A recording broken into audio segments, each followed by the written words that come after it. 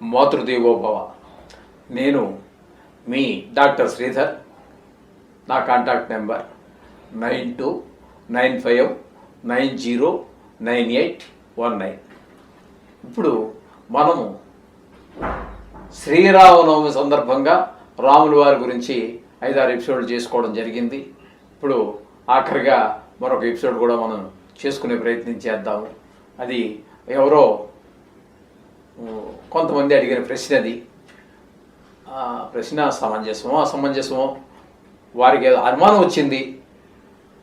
సరే, వారు అడిగారు, మనం చెప్పాలి. వారి సందేహాన్ని నివృత్తి చేయాలి కదా మరి మనకు తెలుసున్నంతలో. అందుచేత చిన్న ప్రయత్నం చేద్దాం. అదేంటంటే, వారు అడిగినటువంటి ప్రశ్న,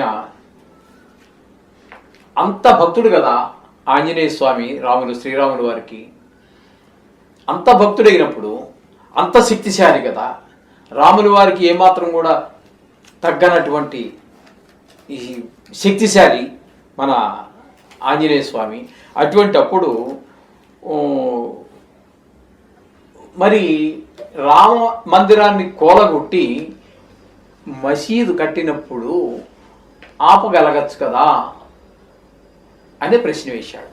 ఇదేంటండి, ప్రతి వాళ్ళు చాలా గుళ్ళు పగలగొట్టినవే, వాటి మీద మసీదు కట్టినటువంటివే ఈ మధ్య అన్నీ బయటకు వస్తున్నాయి. ఇదివరకు బయటకు వచ్చే దాచేశారు పాలకులు, ఇప్పుడు బయటకు వస్తున్నాయి. సరే, మొత్తం మీద ఏంటంటే ఈ ప్రశ్నకి నా సమాధానం ఏంటి అంటే, నిజానికి ఈ భగవంతుడు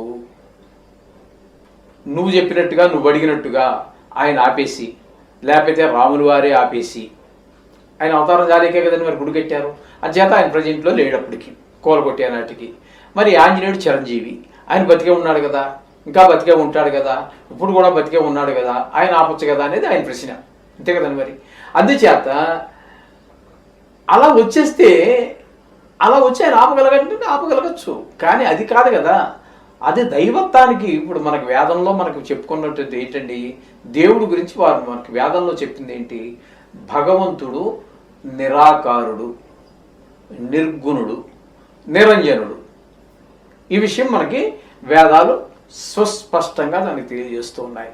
ఆయన నిరాకారుడు, నిరంజనుడు, నిర్గుణుడు. మరి ఆయనకి వెంటనే నా దేవుడు యొక్క గుండు కోల్చేస్తున్నాను కోపం తెచ్చేసుకుని ఆయన కదపట్టుకుని వచ్చేసి ఆ గుడి కూలగొట్టినటువంటి వాడి మీద పడి చేసేయచ్చు. మీరు చెప్పింది కరెక్టే. మరి అది కరెక్ట్ కాదు కదా. ఆయన లక్షణాలు కొన్ని ఉన్నాయని కొంచెం చెప్పుకున్నాం కదా, నిరాకారుడు, నిర్గుణుడు, నిరంజనుడు. ఉదాహరణకి ఒక దుష్టుడు వేరే దేశం నుంచి మన హిందుస్థాన్లో, భారతదేశంలో ప్రవేశించి బొంబాయి నగరంలో ఒక పెద్ద హోటల్లో దిగాడు. దిగి కేవలం హిందూ మతానికి సంబంధించినటువంటి వారిని 245 మందిని 5 నిమిషాల్లో చంపేశారు. మరి అప్పుడు దేవుడు ఏం చేయలేడా? మరి ఆడేం చేయలేదు. తర్వాత ఏదో జైల్లో పెట్టారు. కొంతకాలం తర్వాత వాదోపవాదాలు న్యాయస్థానాల్లో జరిగాయి. తర్వాత చేసి తర్వాత ఏదో జరిగింది, మీకు అందరికీ తెలుసు. పురుష జామలు చేయడం అవన్నీ జరిగాయి. అవన్నీ కాదు. ఇప్పుడు ఏంటంటే దేవుడి గురించి మనం మాట్లాడుకుంటున్నాం కాబట్టి, దేవుడు ఏం చేయలేడా? చూస్తూ ఉండటం. ఆయన చూస్తూ ఉన్నాడంటే చూస్తూనే ఉన్నాడు అంతే. మరి ఏ గుడి పగలగొట్టినప్పుడు అనేక వేల గుళ్ళు పగలగొట్టారు, అన్నీ చూస్తూనే ఉన్నాడు. మరి దానికి ఏం చేయలేడా? ఏం చేయలేదు. ఎందుకు చేయలేదు? నిజంగా చేయలేదా? చేశాడు, పరోక్షంగా ఉంటుంది దాని వ్యవహారం. ఇప్పుడు ఉదాహరణకి, ఇప్పుడు మనం చెప్పుకున్నటువంటి వ్యక్తే ఉన్నాడండి, 5 నిమిషాల్లో 247 మందిని అంతమందిని చంపేశాడు. ఓకే, ఆ పాపం ఎక్కడికి పోతుంది? అలా పెట్టు ఉంది, చెప్తా. ఇకపోతే ఎవరో ఒక మంచి డాక్టర్ గారు, ఆయన ఈ గుండెకి సంబంధించినటువంటి ఆపరేషన్లో చాలా నిష్ణాతుడైనటువంటి వాడు, ప్రపంచవ్యాప్తంగా చాలా ప్రసిద్ధి పొందినటువంటి వాడు, మంచి అనుభవజ్ఞుడు, ఇంకా అంత అనుభవజ్ఞం లేడు. ఆయన ప్రాణాపాయ స్థితిలో ఉన్నటువంటి 1000 మంది భక్తుల్ని ఆయన ఆపరేషన్ చేసి బతికించాడు. ఆయన మీద ఏమైనా ప్రేమ చూపించాడండి దేవుడు ప్రత్యేకంగా? మంచి పని చేశారా బాబు అని ఏమైనా పొగిడాడా? లేకపోతే ఏమైనా ప్రత్యేకంగా ఇచ్చాడా? ఏమీ ఇవ్వడండి. చూస్తూ ఉంటాడా? చూస్తూనే ఉంటాడు, కానీ ఫలితం మాత్రం ఇవ్వకుండా పోడండి. అది మనకి ప్రత్యక్షంగా కనబడదు. ఎలాగూ అంటే ఈ మనిషి ఎవరైతే 247 మందిని చంపేశాడో ఆ మనిషి చేసినటువంటి ఈ అకృత్యం వల్ల ఏర్పడినటువంటి పాపాన్ని ఆయన ఆ మనిషి ఎవరైతే చంపేశాడో ఆ వ్యక్తి ఖాతాలో వేసేశాడు. ఈ డాక్టర్ గారు 1000 మందిని బతికిచ్చాడు. ఈ పుణ్యఫలాన్ని ఈయన అకౌంట్లోకి ట్రాన్స్ఫర్ చేసేసాడు. ఈ ఫలితాలు మళ్ళీ మనది పునర్జన్మ సిద్ధాంతం కాబట్టి వాళ్ళు వచ్చే జన్మల్లో తప్పకుండా వాటి ఫలితాలని అనుభవించి తీరతారు. అనుభవం అందులో మునిగితే పోతుంది, ఇందులో మునిగితే పోతుంది, ఆ దేవుడు మొక్కితే పోతుంది, ఇవన్నీ పోవం చాలా మంది చెప్తూ ఉన్నారు. అదే నోటితో వేరే పురాణంలో ఎక్కడో చదివి ఈ విధంగా పోతుందని వాళ్ళే సలహా ఇస్తున్నారు. ముందు వాళ్ళు సెర్చ్ చేసుకుంటే మనకి ఒక క్లారిటీ ఇవ్వగలుగుతారని నా అభిప్రాయం. ఎందుకంటే నాకు తెలిసినంత వరకు కర్మ అనేటటువంటిది ఎప్పుడు కూడా నాశనము కాదు, అనుభవించి తీరవలసిందే. ఇంక అందులో ఇట్టి సందేహం లేదు. అందుచేత వారు రాబోయే జన్మల్లో తప్పకుండా ఈ చేసినటువంటి అకృత్యాలకు కానీ ఆ ఫలితాన్ని అనుభవిస్తారు. ఈ అకృత్యంగా సుకృత్యాలు చేసినటువంటి వారు ఎవరైతే ఉన్నారో ఈ ఫలితాన్ని తప్పకుండా ఖచ్చితంగా అనుభవించే తీరుతారు. సుఖాలు అనుభవిస్తారు, వాళ్ళు కష్టాలు అనుభవిస్తారు. అదేంటంటే ప్రత్యక్షంగా ఇప్పుడు ఈ నిమిషంలో మన మానవ జన్మలో మానవులు మన రియాక్షన్ ఎలా ఉంటుందంటే ఇలాగే ఉంటుంది. ఈ నిమిషంలో జరిగిపోవాలి, ఆ మనిషి చేయాలి, గర్భతోటో కత్తితోటో సుత్తితోటో దేన్నో మొత్తం మీద మన ఎదురుగా మన కర్మం జరిగిపోవాలి, ఆయన చంపేయాలి. అది భగవంతుడికి మనకున్న తేడా. ఆయన నిదానంగా చేస్తాడు, ఎక్కడికి పోదు, సుకృత్యం పోదు, అకృత్యం పోదు. దాని ఫలితాలు తప్పకుండా అందరూ అనుభవిస్తారు. అందుచేత మనం కూడా ఏ పని చేసినా ఈ సుకృత్యాలే చేస్తూ ఉండండి, అకృత్యాల ద్వారాకి వెళ్ళొద్దు. అకృత్యం చేయడానికి కాదని మనం పుట్టించింది భగవంతుడు మానవుడిగా ఎన్నో కోట్ల జన్మలు ఎత్తిన తర్వాత, ఎంతో పుణ్యం చేసిన తర్వాత వచ్చినటువంటి జన్మ ఈ నరజన్మ. దీన్ని సుకృతాలకే ఉపయోగించుకోండి, సుకృత్యాలు చేయడానికే, అంతేగాని అకృత్యాలు చేయడానికి కాదు. ఇది ఈ విషయం తెలిస్తే మనం ఖచ్చితంగా సుకృత్యాలే చేసుకుంటాం. ఎవరికైనా చేత అయితే సాయపడలేదు ఊరుకో, అంతేగాని అకృత్యాల జోలికి వెళ్ళవద్దు. మనస వాచ కర్మణ ఏ విధంగానూ కూడా ఎవ్వరికి ఏ విధంగా అపకారం చేయవద్దు. ఏది పుణ్యం ఏది పాపం ఇదో పెద్ద చర్చ. అంటే మనకి వ్యాసుల వారు ఈ 18 పురాణాలు రాసిన తర్వాత వ్యాసుల వారు చెప్తుంటే విఘ్నేశ్వరుడు రాస్తూ ఉన్నాడు.